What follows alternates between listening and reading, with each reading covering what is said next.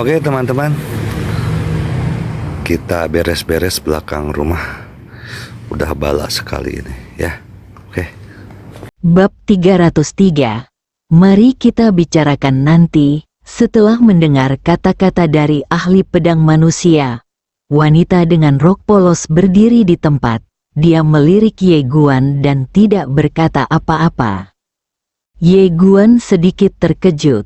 Dia tidak menyangka ayahnya akan benar-benar membiarkan bibinya membawanya ke alam bintang caotik untuk berlatih.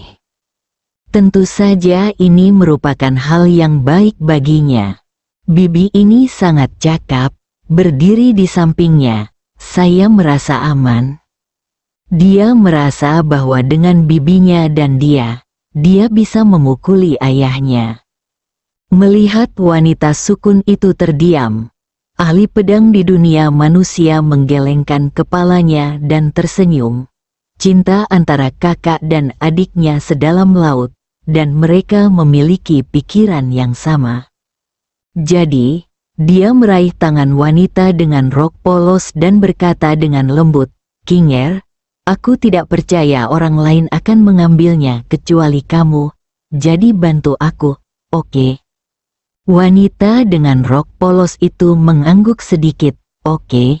Dia tidak pernah bisa menolaknya. Bahkan jika dia memintanya mati, dia tidak akan ragu. Tentu saja dia juga. Namun kali ini, wanita dengan rok polos bertanya lagi, "Berapa lama waktu yang dibutuhkan?" Ahli pedang manusia merenung sejenak dan kemudian berkata, "Bawakan itu ke kaisar. Bagaimana menurutmu?" Wanita dengan rok polos melirik ke arah Ye Guan yang berdiri di samping, lalu berkata, "Ya." Mendengar ini, senyuman tiba-tiba muncul di wajah master pedang manusia. Dia memandang Ye Guan yang sedikit senang dan berkata sambil tersenyum, "Ikuti bibimu dan berlatihlah dengan baik." Ye Guan mengangguk dengan cepat. Oke, master pedang manusia tertawa, tidak berkata apa-apa lagi, dan menghilang bersama Qin Guan.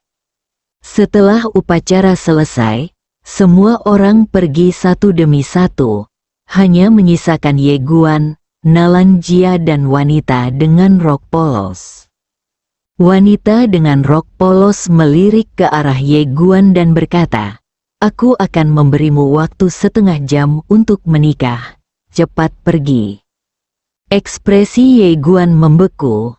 Di suatu tempat di langit berbintang, ahli pedang manusia menarik Qin Guan perlahan menuju langit berbintang yang jauh. "Qin Guan Dao, Anda ingin mencegah mereka berkelahi?" Master pedang manusia itu mengangguk.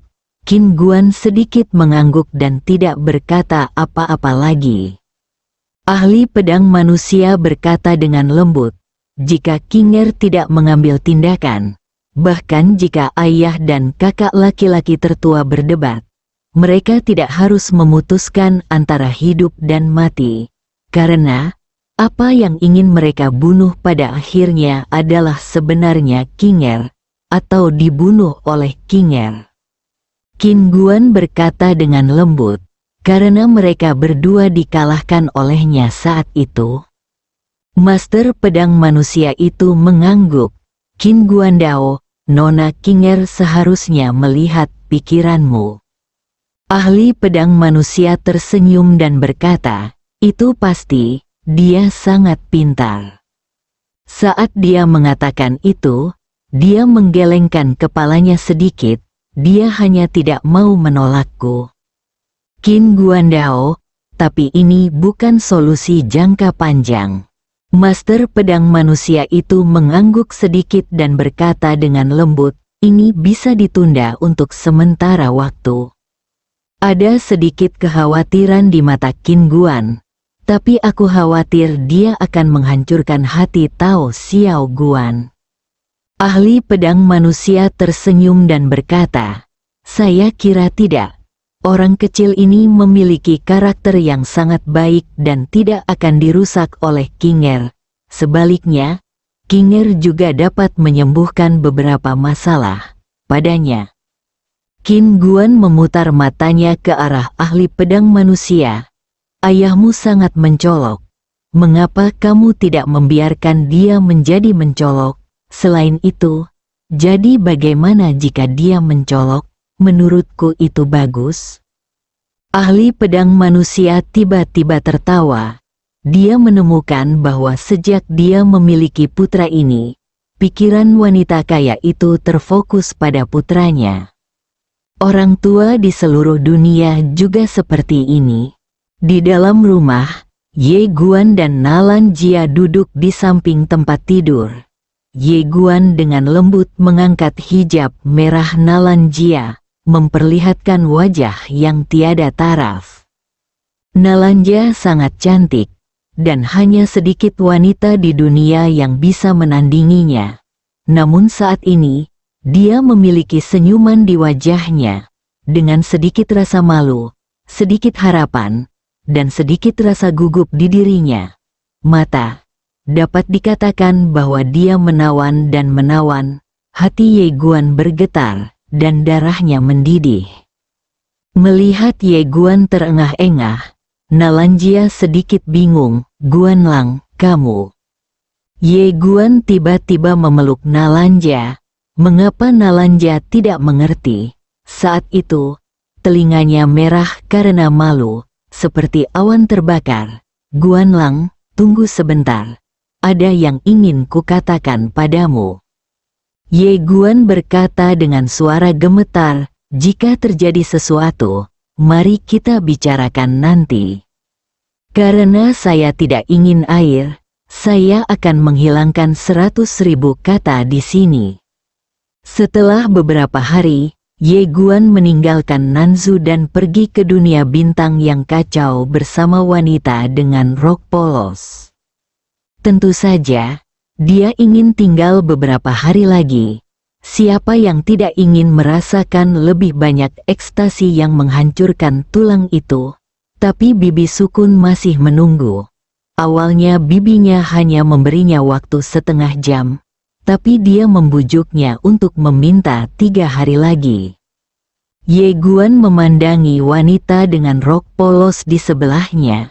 Bibinya tidak mengenakan rok merah, melainkan rok polos tanpa hiasan apapun. Dia bersih dan anggun, pendiam dan acuh tak acuh banyak bicara. Ye Guan Dao, Bibi, aku ingin pergi ke suatu tempat untuk mencari teman lama dulu, oke? Wanita dengan rok polos memandang Ye Guan dan tidak berkata apa-apa. Ye Guan sedikit panik dengan penampilannya. Mata bibi ini setenang air, tapi dia sepertinya bisa melihat langsung ke dalam hati orang, membuat orang merasa bahwa dia transparan di hadapannya, dan tidak ada yang bisa memuaskannya. Wanita dengan rok polos masih tidak berbicara. Tapi Ye Guan melihat bahwa dia tidak keberatan, jadi dia mengumpulkan keberanian untuk berkata, Bibi, ayo pergi ke Sichun. Wanita dengan rok polos berbalik dan melihat jauh ke langit berbintang di kejauhan. Dia tidak berkata apa-apa, bertanya-tanya apa yang dia pikirkan. Ye melirik wanita dengan rok polos dan menghela nafas dalam hatinya. Dia bisa merasakan bahwa bibi ini sepertinya sedang memikirkan sesuatu. Di bawah bimbingan wanita misterius itu, Ye Guan membawa wanita dengan rok polos ke Sichun. Ye Guan ingin mengobrak-abrik ruang dan waktu dan melakukan perjalanan melalui ruang dan waktu. Tetapi pada saat ini, wanita dengan rok polos itu tiba-tiba meraih bahunya. Saat berikutnya, Ye Guan baru saja melihat kilatan cahaya putih di depan matanya. Dan ketika dia muncul kembali, dia sudah berada di depan sungai. Ye Guan mengangkat matanya dan melihat sekeliling. Dia dikelilingi oleh pegunungan. Pegunungan itu seperti pedang tajam, menembus langit, ribuan kaki di depannya. Ada sebuah desa batu. Desa ini sangat besar, dengan setidaknya puluhan ribu rumah tangga. Di desa tersebut, teriakan yang memekakkan telinga terdengar dari waktu ke waktu. Ishimura, Ye Guan berjalan menuju Sichun bersama wanita dengan rok polos. Tidak lama setelah berjalan, aura kuat tiba-tiba menyapu dirinya. Wanita cantik dengan rok polos itu mengerutkan kening dalam-dalam. Dia menyatukan kedua jarinya dan hendak mengambil tindakan. Namun pada saat ini, wanita misterius itu tiba-tiba muncul di depan mereka berdua dan berkata, "Salah satu milik kita." Tentu saja, dia tidak berani membiarkan wanita dengan rok polos mengambil tindakan di sini. Jika wanita dengan rok polos tidak mengambil tindakan, begitu dia melakukannya, tim musuh pada dasarnya akan musnah. Setelah wanita misterius itu muncul, aura misterius itu tiba-tiba menghilang. Rupanya identitas wanita misterius itu telah dikenali. Wanita misterius itu memandang Ye Guan dan wanita dengan rok polos, "Ayo pergi." Ye Guan mengangguk dan berjalan menuju kejauhan dengan wanita berbaju polos. Setelah memasuki desa batu, Ye Guan menemukan bahwa ada banyak aura kuat di desa batu kecil ini. Di antaranya dia juga merasakan beberapa nafas Kaisar Agung. Ye Guan tiba-tiba melihat ke kejauhan. Di ruang terbuka tidak jauh, sekelompok remaja berdiri di atas punggung kuda sambil melambaikan tangan. Saat lengan mereka melambai, angin tinju bergetar dan suara ledakan terdengar tanpa henti. Kamu melihat ke arah para pemuda itu. Meskipun para pemuda ini tidak berada pada level yang tinggi, aura mereka setebal laut, mata mereka tajam, dan mereka memiliki semangat membunuh. Di depan rombongan remaja itu berdiri seorang lelaki paruh baya. Lelaki paruh baya itu tingginya 8 kaki, tubuhnya lurus seperti pedang atau tombak, lengannya terlipat seperti pilar, matanya perlahan menyapu para remaja itu. Lewat, bunyinya seperti bel yang keras. Perjalanan pencak silat ibarat membangun gedung tinggi. Fondasinya yang terpenting. Kalau fondasinya tidak stabil, suatu saat akan runtuh. Oleh karena itu, ketika Anda masih muda, Anda perlu meletakkan fondasi yang baik untuk diri Anda sendiri. Semakin baik fondasinya, semakin tinggi pula batasnya di masa depan. Semua remaja serempak berkata, "Dimengerti." Pada saat ini, seorang pemuda tiba-tiba mengangkat tangan kanannya dan berkata, "Guru seni bela diri, ada yang ingin saya katakan." Pria paruh baya itu memandang anak laki-laki itu dan berkata, "Katakan." Pemuda itu mengepalkan tangannya, "Kapan saya bisa pergi ke alam semesta nyata?" Pria paruh baya itu tersenyum dan berkata, "Kenapa? Kamu ingin pergi ke alam semesta nyata sekarang?" Pemuda itu mengayunkan tinjunya. "Saya mendengar bahwa Ye Guan dari Guangxuan Universe sangat jahat. Dia dapat dengan mudah membunuh Kaisar Dewa pada usia 18 tahun. Dia dikenal sebagai orang paling jahat di alam semesta. Tapi saya tidak melakukannya. Terima dia dan ingin bertarung dengannya. Cobalah." Kamu melirik pemuda yang sedang berbicara. Alam pemuda ini satu tingkat lebih rendah darinya, yaitu peri manusia. Tetapi auranya sangat kuat, kekuatan tempur harus sangat kuat. Pria paruh baya itu tersenyum dan berkata, "Untunglah Anda berani menantangnya. Namun, mohon jangan merasa jijik. Pria ini memasuki alam semesta nyata hari itu dan membunuh banyak orang jenius di alam semesta nyata kita dengan miliknya sendiri. Kekuatan dan bakatnya pasti tidak sebanding dengan orang biasa.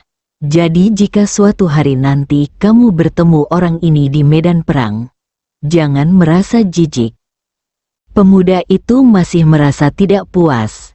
Seni bela diri, apakah Ye Guan benar-benar bagus? Pria paruh baya itu mengangguk.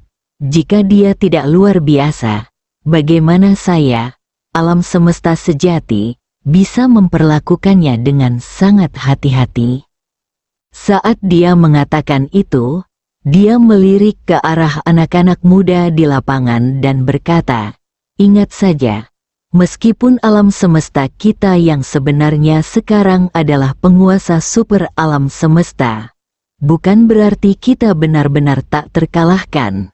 Anda harus tahu bahwa ada adalah orang-orang di luar dunia, dan ada langit di luar langit. Saat berjalan di luar, Anda selalu merendahkan diri sedikit dan jangan berpuas diri.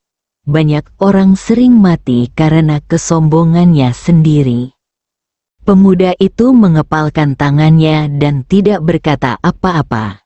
Pria paruh baya itu menghampiri pemuda itu dan berkata sambil tersenyum, "Meskipun alam semesta sejati kita dan alam semesta Naguangsuan kita bermusuhan, kita harus mengakui bahwa orang lain memang luar biasa, seperti Ye Guan. Sekarang di kalangan generasi muda dari alam semesta sejati kita bisa hampir tidak ada orang yang dapat menandinginya, dan oleh karena itu, Anda perlu bekerja lebih keras untuk melayani Tuhan yang benar di masa depan." Pemuda itu mengangguk, dimengerti. Pria paruh baya itu tersenyum dan berkata, "Lanjutkan." Sekelompok remaja terus berlatih. Ye Guan melirik sekelompok remaja itu, lalu melanjutkan berjalan pergi bersama wanita dengan rok polos. Wanita misterius itu tidak kembali ke menara.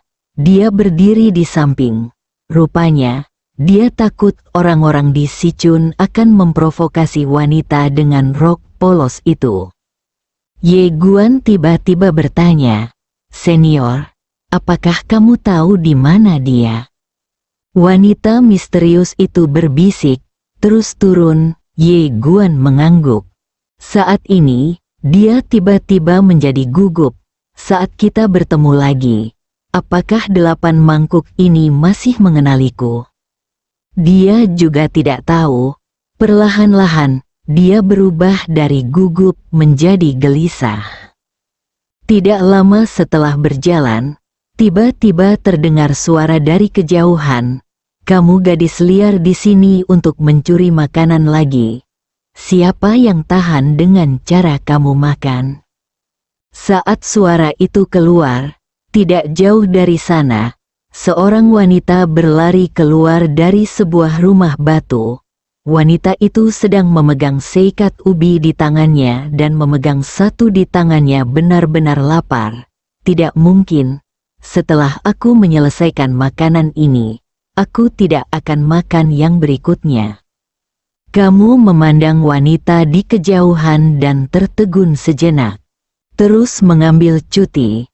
Setelah obat biusnya hilang, rasa sakitnya tak tertahankan. "Aku sangat menyesal. Semua orang pasti pernah merasakan rasa sakit gigi. 2 hari terakhir ini wajah saya bengkak, tidak bisa makan, dan merasa bingung setiap hari." Bab 304. Kelilingi dan bunuh bibi dan keponakan Ye Guan. Wanita itu mengenakan sarung kasar, rambutnya agak acak-acakan, seperti kandang ayam, wajahnya ditutupi abu pot, dan hanya sepasang mata jernih yang terlihat. Di pelukannya, dia memegang banyak permen kentang. Dia jelas sangat senang. "Karena lapar, saya mengambil ubi tanpa membuang kulitnya dan mengunyahnya dengan keras."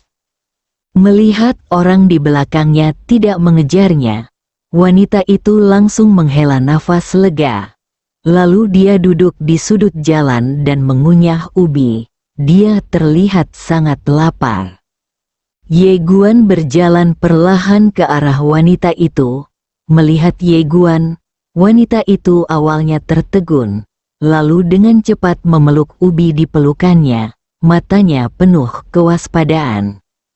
Ye Guan menatap wanita di depannya dan merasakan sakit yang tak bisa dijelaskan di hatinya. Dia perlahan berjongkok dan berkata dengan lembut, "Apakah kamu masih mengingatku?" Wanita itu menatap Ye sebentar, lalu menggelengkan kepalanya sedikit. Ye Guan perlahan menggenggam tangannya erat-erat, dan setelah beberapa saat, dia bertanya, "Apakah kamu bersedia ikut denganku?"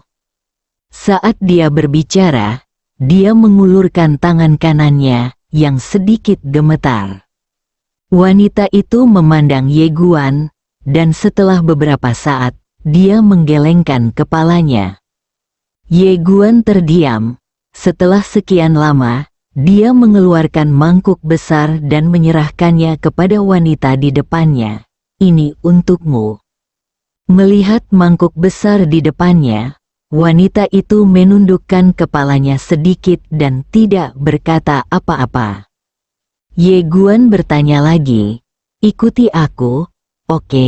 Namun wanita itu masih menggelengkan kepalanya, "Tidak." Setelah Ye Guan terdiam lama, dia mengeluarkan sebuah cincin dan menyerahkannya kepada wanita itu. "Ada banyak makanan di sini. Semuanya suka kamu makan.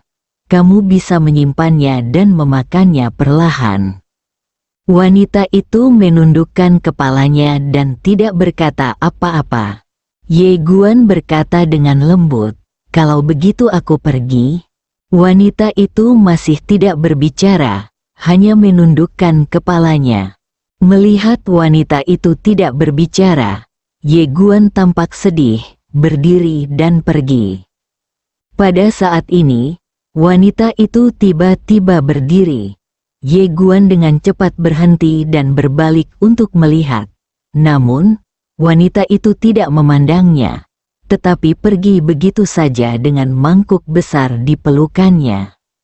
Setelah Ye Guan terdiam beberapa saat, dia berbalik dan pergi. Keduanya hanya berjalan berlawanan arah satu sama lain, dan tak satu pun dari mereka menoleh ke belakang. Wanita itu berjalan menuju kejauhan. Saat dia berjalan, beberapa tetes manik-manik jatuh dan jatuh ke dasar mangkuk. Tidak lama kemudian, dia berjalan ke sebuah rumah batu. Dia meletakkan mangkuk di tangannya dan memasuki rumah batu itu. Ada 4 tempat tidur kayu yang sangat sederhana kalau tidak. Melihat keempat tempat tidur di depannya, mata wanita itu tiba-tiba menjadi bingung. Pemandangan dari masa lalu tiba-tiba terlintas di benakku. Saat itu, saya sangat senang. Pada saat ini, seorang wanita tiba-tiba masuk perlahan. Itu adalah wanita misterius yang mengikuti Ye Guan. Wanita misterius itu berkata, "Dia masih tidak mempercayaimu, jadi izinkan aku datang dan menemuimu." Wanita itu berjalan ke samping dan duduk. Dia berbaring di tempat tidur secara alami, dengan kepala di lengan dan tidak berbicara. Wanita misterius itu berjalan untuk berbaring di samping wanita itu dan bertanya, "Kapan ingatanmu kembali?" Wanita itu berkata, "Pertama kali saya melihatnya." Wanita misterius itu tercengang. Wanita itu terkekeh dan berkata, "Saya tidak pernah menyangka saat pertama kali melihatnya. Pemandangan dari masa lalu akan membanjiri pikiran saya seperti air pasang." Wanita misterius itu bertanya, "Mengapa kamu tidak ikut dengannya?" Wanita itu menggeleng, "Aku sudah mencintai dan menerima, itu sudah cukup." Wanita misterius itu terdiam dan tidak bisa berkata-kata. Padahal, dia tahu kalau masalah terbesar antara Bawan dan Ye Guan saat ini adalah Guangxuan Universe dan Zen Universe. Masalah ini saat ini tidak dapat diselesaikan. Bawan tiba-tiba berkata, bagaimana denganmu? Kamu selama ini mengikutinya. Apa rencanamu? Wanita misterius itu berkata dengan lembut, "Mengapa kamu takut aku akan berbuat buruk padanya?" Bawan menggeleng, "Kamu sering berpikir lebih banyak dari kakak sulungku." Wanita misterius itu tersenyum dan tidak berkata apa-apa. Bawan berkata lagi, "Pergi." Wanita misterius itu berdiri dan berkata, "Bagaimana denganmu?" Bawan berkata lirih, "Saya ingin tinggal di sini lebih lama." Wanita misterius itu mengangguk sedikit dan berjalan menuju bagian luar rumah batu. Ketika dia sampai di pintu, dia tiba-tiba berkata, "Saya sedikit penasaran. Anda tidak mengambil tindakan apapun saat itu." Begitu dia selesai berbicara, sebuah batu bata datang langsung ke arahnya. Wanita misterius itu menghindar dalam sekejap. Dia tertawa beberapa kali, lalu berubah menjadi seberkas cahaya dan menghilang di kejauhan. Di dalam rumah batu, Bawan mengambil mangkuk besar dan terdiam lama. Setelah Ye Guan meninggalkan Si Chun, dia menunggu lama. Setelah wanita misterius itu kembali, dia dengan cepat bertanya, "Bagaimana kabarnya?" Wanita misterius itu berkata, "Jangan khawatirkan dia." Ye Guan mengangguk sedikit.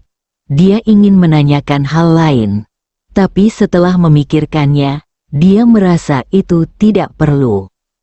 Jadi, Ye Guan memandang wanita dengan rok polos dan berkata, "Bibi, ayo pergi." Wanita dengan rok polos melambaikan lengan bajunya, dan dia serta Ye Guan langsung menghilang dari tempatnya. Lawan dunia, saat ini, seluruh anggota klan Botian telah mundur ke batas. Bahkan Botian Dao juga telah mundur ke batas. Sejak dia kembali dari Guangxuan Universe, Botia Dao berada dalam kondisi ketakutan yang tinggi. Ketika dia pergi ke sana, dia membawa ratusan prajurit elit dari klan Botian. Tetapi ketika dia kembali, hanya dia yang tersisa. Guangxuan Universe dan partainya langsung kehilangan 70% kekuatan klan Botian. Seluruh klan Botian terkejut.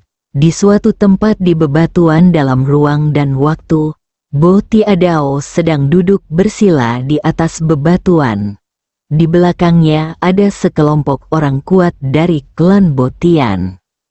Sejak Botia Dao kembali, dia tidak tahu rangsangan apa yang dia terima. Dia tidak berbicara dengan anggota klannya dan hanya mulai berlatih dalam pengasingan.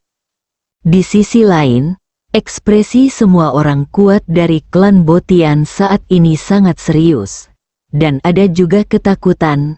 Begitu banyak ahli top dari klan Botian pergi untuk mengamati alam semesta Xuan. Tetapi hanya pemimpin klan yang kembali. Tak satu pun anggota klan Botian di lapangan menyangka bahwa kekuatan Guangxuan Universe begitu menakutkan. Anda tahu, ada lebih dari selusin kaisar waktu yang pergi ke sana kali ini. Guangxuan Universe sangat diremehkan. Mereka tidak pergi ke Guangxuan Universe. Jadi mereka tidak tahu apa yang terjadi hari itu. Setelah Botia Dao kembali, dia tidak memberitahu anggota klan Botian tentang hal spesifik yang terjadi hari itu. Oleh karena itu, semua orang kuat dari klan Botian percaya bahwa suatu pertempuran mengejutkan pasti terjadi hari itu. Ledakan, pada saat ini, aura yang sangat kuat tiba-tiba muncul dari tubuh Botia Dao di samping. Dengan munculnya aura ini, semua orang kuat dari klan Botian di lapangan terkejut. Takdir, namun, ini belum berakhir. Aura Botia Dao masih meningkat, dan ruang serta waktu di sekitarnya terus bergetar, yang sangat menakutkan. Melihat pemandangan ini, Semua orang kuat dari klan Botian di lapangan menjauh dari lapangan, tidak berani mengganggu Botiadao. Di sisi lain, Botiankwe, tetua agung dari klan Botian, tiba-tiba bertanya dengan suara yang dalam, akankah Zen Universe mengambil tindakan terhadap Guan Xuan Universe? Di sampingnya, seorang tetua klan Botian berkata dengan suara yang dalam, tidak, alam semesta Zen tidak mengambil tindakan terhadap alam semesta Guan Xuan hari itu. Setelah orang-orang kami mengambil tindakan, mereka segera menarik pasukannya. Mendengar ini, wajah Botian Yu langsung berubah muram, kamu telah ditipu. Ekspresi orang kuat lainnya dari klan Botian juga sangat jelek. Kali ini mereka ditipu oleh alam semesta sejati. Tentu saja, dia juga memiliki masalah di pihaknya. Dia melakukan serangan mendadak tanpa menyelidiki Guan Xuan Universe dengan benar. Tentu saja tidak ada yang berani angkat bicara mengenai masalah ini. Karena Botiadao lah yang memutuskan untuk mengamati langsung alam semesta misterius saat itu. Pada saat ini, lelaki tua dari klan Nabotian di samping tiba-tiba berkata, saya baru saja mendapat kabar bahwa Ye Guan sepertinya telah pergi ke dunia bintang yang kacau. Botiankwe mengerutkan kening, alam bintang caotik. Orang tua dari klan Botian mengangguk. Ya, Botiadao sedikit bingung. Apa yang dia lakukan di alam Chaotic Star? Dunia bintang yang kacau. Bahkan kaisar besar seperti mereka tidak akan dengan mudah menginjakkan kaki di tempat ini. Tempat itu lebih istimewa daripada perbatasan. Dan terdapat berbagai kesengsaraan. Pasukan ekspedisi alam semesta sejati ingin menaklukkan tempat itu. Namun pada akhirnya mereka harus menyerah. Namun karena tempat tersebut tidak sesuai dengan alam semesta nyata, maka alam semesta nyata tidak mengizinkan manusia di dalamnya untuk keluar. Oleh karena itu, pintu masuk ke sana masih dijaga oleh orang-orang kuat dari pasukan ekspedisi alam semesta sejati. Orang tua dari klan Botian menggelengkan kepalanya. Saya tidak tahu. Setelah Botiankwe berpikir sejenak, dia bertanya, apakah dia pergi sendiri? Orang tua suku Botian berkata, sepertinya ada juga wanita dengan rok polos yang mengikuti. Botiankwe menyipitkan matanya, hanya seorang wanita dengan rok polos. Orang tua dari klan Botian mengangguk. Ya, Botiankwe menatap lelaki tua itu. Apakah kamu yakin mengikuti seorang wanita dengan rok polos dan tidak ada orang lain? Orang tua dari klan Botian berkata, saya yakin, kali ini dia ditemani oleh wanita dengan rok polos. Dan Dewa Bela Diri alam semesta Guan Xuan dan beberapa ahli top yang telah mengikutinya sebelumnya telah pergi ke medan perang virtual. Hanya satu orang, setelah Botiankwe berjalan bolak-balik dalam waktu lama, dia berkata, bunuh mereka. Orang tua dari klan Botian membeku di tempat. Botiankwe berkata dengan penuh semangat, ini adalah kesempatan sekali seumur hidup. Orang tua dari klan Botian ragu-ragu sejenak, lalu bertanya, bagaimana kamu mengatakan ini? Botiankwe berkata, bayangkan saja, klan Botian kita menderita kerugian besar di Guan Xuan Universe kali ini. Dalam keadaan seperti itu, Guan Xuan Universe tidak akan pernah menyangka bahwa kita akan berani melakukannya lagi. Bagaimana menurut Anda? Orang tua dari klan Botian terdiam. Begitulah yang dia katakan. Tapi dia merasa ada yang tidak beres. Botiankwe melanjutkan, kali ini, alam semesta Guan Xuan mulai berkembang. Kemudian Ye Guan pergi ke alam bintang caotik. tetapi dia hanya membawa satu orang bersamanya. Bukankah ini perluasan? Oleh karena itu, saya memutuskan bahwa kita akan melakukan serangan lagi. Serangan lain, mendengar kata-kata Bo Tianque. Semua anggota klan Bo Tian yang kuat di lapangan terkejut. Bo Tianque berkata dengan suara yang dalam, "Minta orang kuat dari klan atas untuk mengikutiku dan membunuh Ye Guan." Orang tua dari klan Bo Tian ragu-ragu sejenak, lalu berkata, "Tetua Agung, menurutku masalah ini agak tidak normal. Apakah Anda ingin menunggu pemimpin klan keluar dari pengasingan terlebih dahulu dan membiarkan pemimpin klan membuat sebuah keputusan? Apa yang kamu tunggu?" Bo Tianque berkata dengan marah, "Ini adalah kesempatan sekali seumur hidup bagi klan Bo Tian kita. Jika kita melewatkannya, begitu Ye Guan kembali ke Guangxuan Universe, akan sama sulitnya dengan naik ke langit untuk membunuhnya." Orang tua dari klan Bo Tian berhenti berbicara, tetapi Bo Tianque berkata dengan dingin, "Bo Tianli, apakah kamu takut?" Bo Tianli berkata dengan suara yang dalam, "Saya hanya berpikir masalah ini sangat penting. Kita harus menunggu sampai pemimpin klan keluar." Bo Tianque berkata dengan dingin, "Sang patriark sedang berlatih dalam pengasingan saat ini. Bagaimana Anda bisa mengganggunya? Selain itu, bukan berarti Anda tidak mengetahui sifat dari sang patriark. Dengan karakternya, jika dia mengetahui hal ini sekali dalam kesempatan seumur hidup, dia pasti akan menjadi orang pertama yang mengangkat tangannya." Setuju. Semua orang kuat klan Bo Tian terdiam, karena seperti yang dikatakan Bo Tianque, jika Bo Tian Dao ada di sana, dalam keadaan normal, mereka pasti akan mendukungnya dengan kedua tangan. Bo Tianque melanjutkan, "Bo Tianli, pikirkanlah, hanya ada 2 Ye Guan, dan tidak peduli seberapa kuat wanita dengan rok polos itu, dia paling banyak hanyalah kaisar waktu. Bahkan jika aku melebih-lebihkannya untuk saat ini, jika dia adalah kaisar takdir, lalu bagaimana? Kita memiliki 2 kaisar takdir sekarang, ditambah aku dan yang lainnya. Bukankah itu seperti membunuh seekor ayam?" Bo Tianli tetap diam. Dia lebih berhati-hati. Jadi dia berharap menunggu Bo Tiadao keluar dari pengasingan.